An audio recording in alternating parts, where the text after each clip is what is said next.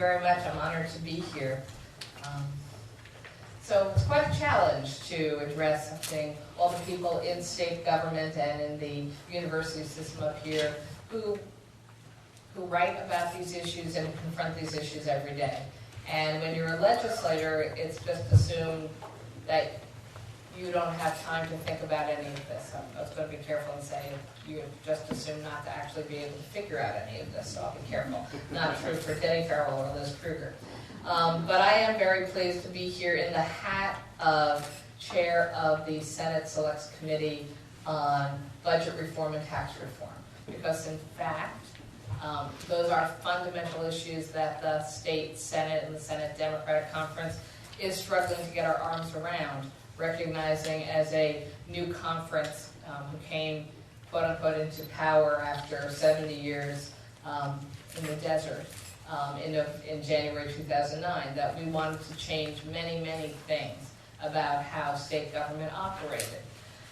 And one of the first steps that we did was create this select committee. So I both want to recognize Mike LaFay and James Schlett. Just raise your hands up of my staff, who are the staff to the committee, and to urge people here to take a look at a series of reports we have done now that are up on the Senate website of the Select Committee. Because we're holding hearings around the state, and we are trying, in fact, to accept the challenge of events just like this. How can New York State, in fact, make its budgetary system better, more transparent work, as well as a tax policy? And this is even a more controversial group of topics. So, Dick Ravitch came out with his plan, and in fact, our select committee said, oh, we've done hearings on a bunch of these issues. We're working along the same track. We're trying to get our arms around how New York State could deal with its structural budget imbalance, its inability to understand how much money it actually had in the bank, and an improved process for the legislature to be able to get budgets done that reflected reality and, hold your breath, might be closer to on time. And so we continued our work, and we recently came out with a package of 7 bills that ideally we would have come out with earlier, but we don't always have time to get everything done as we hope. Although some of the bills that we announced as part of our package of budget reform were in fact bills that we had been talking about, or even for myself, had introduced several years ago. And for many of you in this room, you're going to go, oh, I know what that topic is, because in fact many of you have probably in your various hats been proposing exactly these kinds of changes for the state of New York for many years. And in fact, when I went to Mr. Ravitch with the package, and I said, so some people are going to say, we're arguing. I don't think we're arguing. I think you're approaching this as what needs to be done in an emergency situation, and I'm arguing that we should structurally change the laws of the state so that we are operating in a 21st century model, and it's not a question of will it be for 5 years, will it be an outside review board with certain powers, will it be covenants of bonds, or actual structural changes to how the state of New York runs the show. He in fact agreed that there is not dispute between our two sets of proposals, but rather a alternative model of, are you forcing the issue because of fiscal crisis through the review board, you cannot say control board, we all know why, the review board and bond covenants, or whether you're saying the state of New York can make these changes on a rational and permanent basis. So just to quickly review the 7 proposals that we came out with about 2 weeks ago now, losing track. 1, we proposed a biannual budget, a model where the state of New York would go to a fiscal year that was 2 years long. 20 other states have done this. There are many arguments for why this improves the longer-term planning process. There are many reasons why localities like this knowing what their reality is going to be from the Albany perspective, looking 2 years out instead of a year out. And there's an argument for the efficiencies of a legislature, 2 houses and the governor, spending 6 months every 2 years working on a budget, as opposed to 6 months every year working on a budget. The immediate question I get from some people is, well, you don't even know what your tax revenues are 3 days after April 15th. How can you plan for a 2-year cycle? And the answer, of course, is budgets are best guesstimates at any given point in time. Anybody's budget, your home budget, or the state of New York's budget. And of course you can adjust for changes in revenue or even emergency situations that may take place during any 12 or 24-month period as necessary. So going to a 24-month budget would not limit the state's ability to respond rapidly, as some people here from state government can assure themselves and me right now that when we are running out of money and a DRP is needed, those seem to pop up overnight and can happen, with less or more frequency. So in fact, going to a 2-year budget cycle does not limit the ability of the state to respond in changes in revenue or expenditures based on emergencies that take place or market crashes or whatever. Second, moving to a specific model of gap budgeting for the state of New York. In fact, Dick Ravitch's plan also calls for a gap budgeting model, again through a review board. And I fundamentally believe the state of New York needs to go to gap budgeting as a mandate in law, not something you can say, okay, we'll do for a couple of years, or we'll do when these other people are looking over our shoulder, but then we can stop. I think we need to move to gap budgeting without a way to reverse ourselves on that. It's also critical to understand that it means different things to different people, and you have to get it right. And so when the introductions were being made, there was a reference to Dick Ravitch having, consulted with this great institution and with a number of experts, including Carol O'Clarican. And we also reached out to Carol O'Clarican and other budgetary experts about how would you design gap budgeting for the state of New York. Because there's one thing that is different when thinking through budgeting for a family or when thinking through budgeting for a business. Government has to be prepared to handle surprise events. Government has to be prepared to change the rules of the game when 9/11 happens. Government has to be prepared to change the rules of the game if it's New York State and the market crashes and we are disproportionately dependent on revenues from Wall Street. Right? So you need to have flexibility even in the context of going to generally accepted accounting principles. And actually, having talked to a number of accountants, I've learned that even though there's a model, no two accountants might actually agree on what those generally accepted principles are for government. So we attempted in our legislation to create a gap model, but also to create a government accounting standards board, which in fact would have the authority to come in when things suddenly change and allow flexibility for the state of New York. Because I do believe, and I want to emphasize that, we have to assure we have the flexibility in a state government the size of New York's to be prepared for or respond to things that were unexpected. Because there are always going to be unexpected things that happen.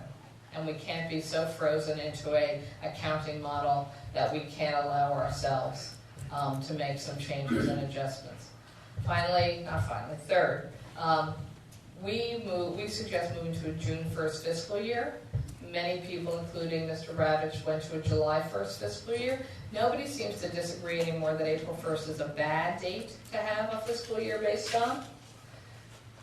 And the report that we left out front goes into large detail about the history of why we're still at April 1st, why it doesn't make sense, and we think why June 1st is the best date.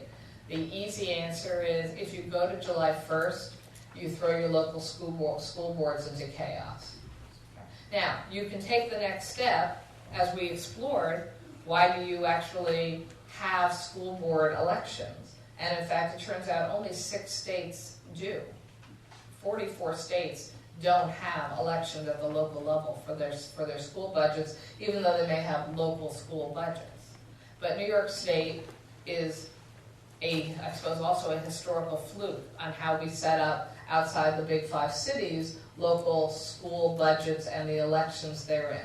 So if somebody wants to take on explaining to the state of New York, every school district, why they want to stop their model of how they do their school budgets, fine, and maybe that can be next year's assignment for me.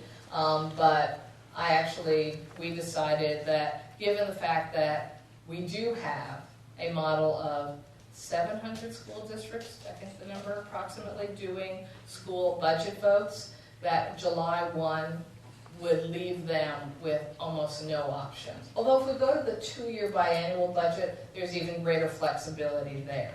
The biannual budget, by the way, will take a constitutional amendment, and you all know what that means. Both houses have to vote for it in 2 sessions, then bring it to the vote of the public. So then that's not happening tomorrow, whether you love the idea or you hate the idea. Legislative Budget Office. We've proposed creation of a nonpartisan legislative budget office modeled after the U.S. Congressional Budget Office. There have been so many proposals for this in both houses, both parties. I just think this year might be the right time to actually get it done. And that would be a real value to all of us if we had an independent legislative budget office. A bill for performance management budgeting. It creates a 15-member Empire State Performance Commission tasked with designing performance management and performance budgeting blueprints. The commission will also draft legislation for the implementation of its plans that promise to more tightly tie program funding to program performance. This is the one sort of just planning piece of legislation. When you really try to sit down and say, how do you evaluate whether a government program is working or not? How do you evaluate whether it's worth the money or not? How do you make the decision we should invest more in this program because it's successful or less in this program because it's failed? It turns out it's not so simple, even for people who work in program evaluation. Because again, government is very big and very broad, and evaluating a program serving the mentally ill is a very, very different model of program evaluation than a program evaluating whether the computers are working in X, Y, or Z way. And so in recognition that one size doesn't fit all, and if you tried that, you would actually fail at the assignment, we moved to trying to create a commission whose job it was to actually develop those protocols, those models that should be used. And there are lots of models out there, both in the private sector, in other governments, and in academia. But we recognize it was not a easy, just write a bill and get it done. The City of New York has a management report where they attempt to quantify and evaluate certain indicators of programs twice a year. It's a very interesting model for looking at public data, but I think anybody who's looked at the New York City system knows that's not the way to define whether a program in government is being successful or a failure simply by numeric comparisons from quarter to quarter. Tax expenditure cost-benefit analysis. Maybe it's a pet peeve of mine on the tax reform side as well as the budget reform side. Every year we do 2 budgets in the state of New York, the expenditure budget and the revenue budget, and we all know about it. And then there's this other thing, the 3rd budget document called the tax expenditure report, which I think only the back row in this room actually follows in detail. Tax and Finance is sitting in the back. And that's the third part of the New York State budget, where billions and billions and billions of dollars are not collected because we've passed in law either some exemption for some sub-universe, a tax credit system, a exemption for certain people, certain industries, certain categories. There's real value from a public policy perspective of having tax expenditures. I could fight to the death in support of some of them, but I haven't a clue why we have others, and I would suspect nobody in the state of New York has a clue, because once we put them into law, we very, very rarely ever look at them again, ask the questions, even sunset the tax expenditures, ask questions about whether they're progressive or regressive, whether they have any public good attached to them, whether something that made sense in 1968 for supporting the creation of some kind of new business or trying to impact human behavior or personal finance behavior was a good then. Nobody ever asked the question, does it make any sense in the 21st century? So this would be also a piece of legislation that would call for a cost-benefit analysis of the over 380 different tax expenditures that are under New York State tax law. Although it's been pointed out to me that also is a really hard assignment, and no one should assume this is a one-year exercise. And finally, a bill which actually didn't get printed yet because bill drafting said it would take forever to make all the changes in statutes to get it into print, so we just went forward with the concept while the bill is still being drafted, and that would propose a sunset schedule for all tax expenditures, even those with existing sunsets. And the idea is the sunset for any and all tax expenditures would be over a 5-year period, so you wouldn't be doing this all at once. And the concept is, in Albany, when a bill sunsets, you have to look at it then. You have to ask the question, are you going to pass it as a continuation of law, or are you going to stop and say, no, we shouldn't do this anymore? So the lesson I learned, I guess, early on when I came up to Albany was the fact that bills that actually have sunsets, and some of them, to be honest, have an every 2-year sunset, not tax expenditures, but other laws, and you wonder why 20 years down the line you're re-upping it every 2 years, and you can make the argument because we just like to do it that way, even though there's no logic. On the other side, I would argue that tax expenditures and tax credits built into our tax code are designed for nobody to ever ask the question or stop them from continuing, and that's a serious policy mistake. And of course, tying all back to structural balance in the budget.